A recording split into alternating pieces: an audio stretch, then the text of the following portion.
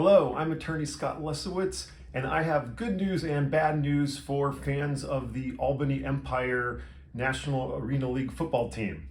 So the bad news is that the Empire are not going to win the NAL championship this year. But the good news is that the Empire are shoo-in to win the championship of Antonio Brown's new one-team Arena Football League. All right, so this Antonio Brown situation is a big mess. There are lots of different ways this is going to possibly play out, and this is going to be messy. There's likely to be litigation on multiple fronts. So the Albany Empire won the NAL championship in 2021 and 2022.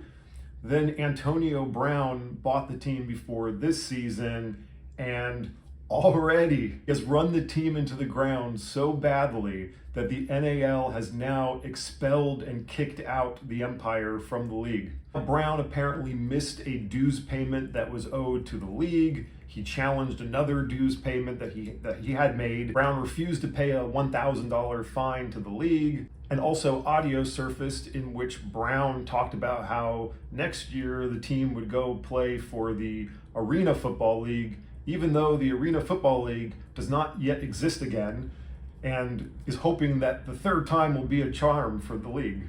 So I'll quickly go over some of the potential legal issues.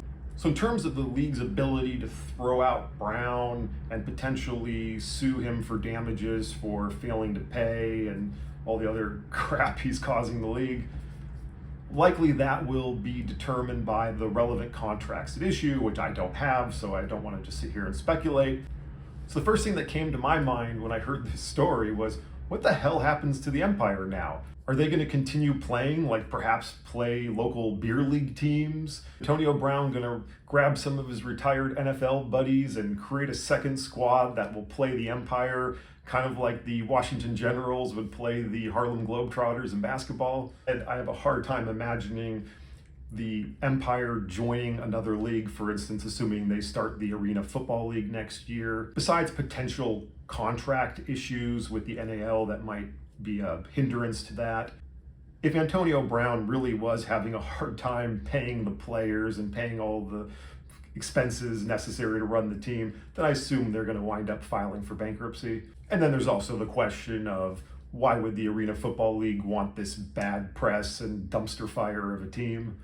So assuming that Antonio Brown ran everything on the up and up, then likely the team entity would file for bankruptcy. The creditors would all line up in the bankruptcy proceeding, and the assets would be divvied up among the creditors. And the secured creditors, like perhaps lenders that have liens on assets of the team, would get priority for collecting on those assets that they have a security interest in, whereas the players would be unsecured creditors. But of course, there's the question of whether Antonio Brown did not do everything necessarily on the up and up.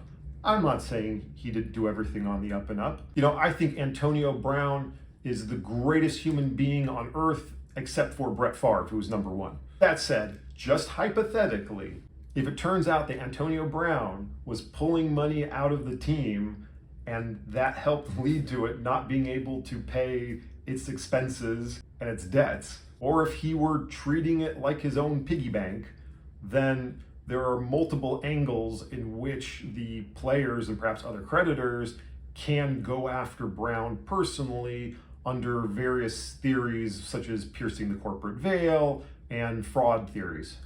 And assuming that Antonio Brown was not paying the players, which again, I have no personal knowledge of this, I don't know, then the New York State Department of Labor likely would step in. In New York, there are even criminal laws that cover failure to pay employees in certain circumstances. In the honor of the late Jerry Springer, take care of yourself and each other.